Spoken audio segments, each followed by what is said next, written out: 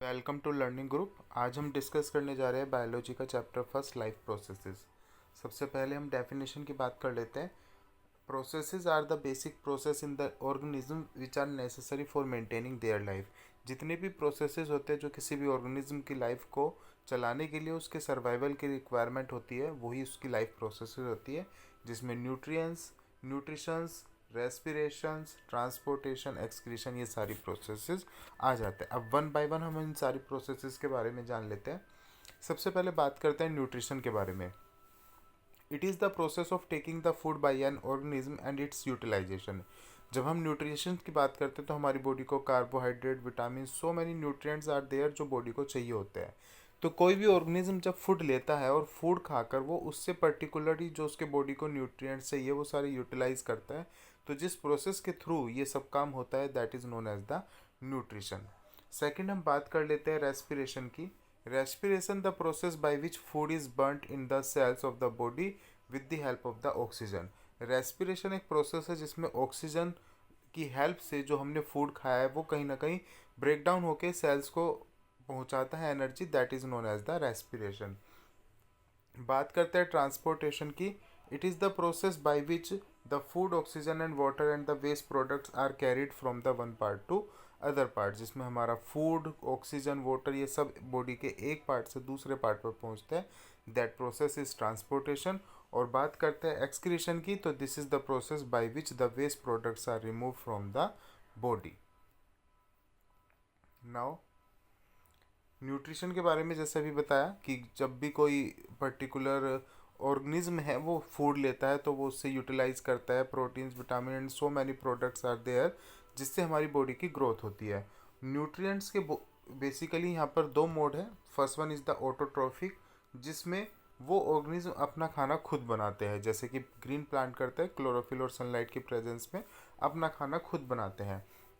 Heterotrophic जो nutrition होता है उसमें ऑर्गेनिज्म अपने फूड के लिए दूसरे प्लांट्स या एनिमल्स पर डिपेंड करते हैं।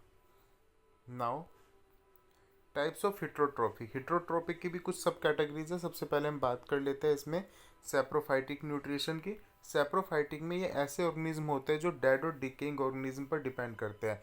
जो ऑर्गेनिज्म सड़ गए, गल गए या मर गए उनसे वो कहीं ना कहीं अपना खाना लेते हैं, that nutrition is known as the saprophytic nutrition, जिसमें मशरूम, ब्रेड मोल्ड, यीस्ट ये सब एग्जाम्पल्स आपके आ जाते हैं। अगर हम पैरासिटिक न्यूट्रिशन की बात करते हैं तो इसमें ऑर्गेनिज्म दूसरे ऑर्गेनिज्म से अपना खाना लेता है बट विदाउट किलिंग दैम, उनको बिना मारे, जिसमें आपके लीच, टैपवॉर्म, प्लाज्मोडियम ये सब आपके एग्जाम्पल्स हैं। अब बात कर देते हैं होलोजोइक न्यूट्रिशन की। होलोजोइक न्यूट्रिशन होता है जिसमें जब कोई भी ऑर्गेनिज्म जो है वो फूड लेता है तो वो 5 प्रोसेसेस के थ्रू लेता है, जिसमें आपका ingestion, digestion, assimilation, absorption, excretion ये सारे प्रोसेसेस आ जाते हैं, जिसमें आपका amoeba, paramecium, these are the examples of that. अब बात करते हैं न्यूट्रिशन इन प्लांट्स की, जो हमने अभी पढ़ा फोटोसिंथेसिस, जिसमें अपना जो ग्रीन प्लांट है वो क्लोरोफिल और सनलाइट की प्रेजेंस में अपना खाना खुद बनाते हैं। तो उनको CO2 चाहिए होता है, वाटर चाहिए होता है जो उनकी रूट्स जो है सोइल से अब्जॉर्व कर लेती है, सनलाइट और क्लोरोफिल की प्रेजेंस में। क्लोरोफिल एक ग्रीन कलर का पिगमेंट होता है जो लीव्स पर पाया जाता है। लीव्स के अंदर क्लोरोप्लास्ट होता है प्लांट के, उसमें वो पाया जाता है, जिसमें वो ग्लूकोज, हाइड्रो वाटर और ऑक्सीजन गैस बनाते हैं। Now processes of photosynthesis, absorption of light energy by the chlorophyll, this is the step in that conversion of the light energy into the chemical energy। उन्होंने sunlight की presence में जो अपना खाना बनाया वो उस लाइट एनर्जी को धीरे धीरे केमिकल एनर्जी में कन्वर्ट करता है और उसको फिर स्प्लिट अप करता है, जिससे प्लांट्स को एनर्जी मिलती है और उनकी ग्रोथ होती है।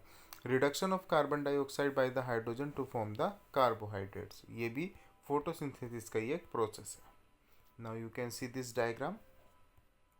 नाउ क्लोरोफिल की बात कर लेते हैं। क्लोरोफिल क्या होता है? These are the green pigment present in the leaves. ये ग्रीन कलर के पिगमेंट होते हैं जो लीव में प्रेजेंट होते हैं, जैसे इसमें यहाँ पे डायग्राम में दिखाया भी गया है कि जो लीव्स का जो कोरो सेक्शन एरिया होता है वहाँ पर अगर आप माइक्रोस्कोप से देखते हो तो आपको ग्रीन कलर के डॉट स्ट्रक्चर दिखाई देते हैं, जिनको क्लोरोप्लास्ट कहा जाता है और उन्हीं के अंदर ही क्लोरोफिल प्रेजेंट रहता है। Now this is also you can see these are stomata.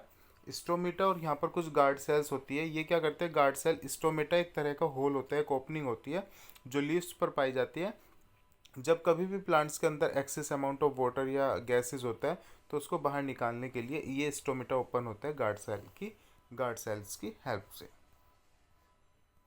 Now you can see this chloroplast. And this is also a diagram जिसमें आपका inner membrane, stroma, outer membrane, ये सब कुछ आपके दिखाए गए हैं. And this diagram are also there in your NCERT book. Rest portion we will cover in next video.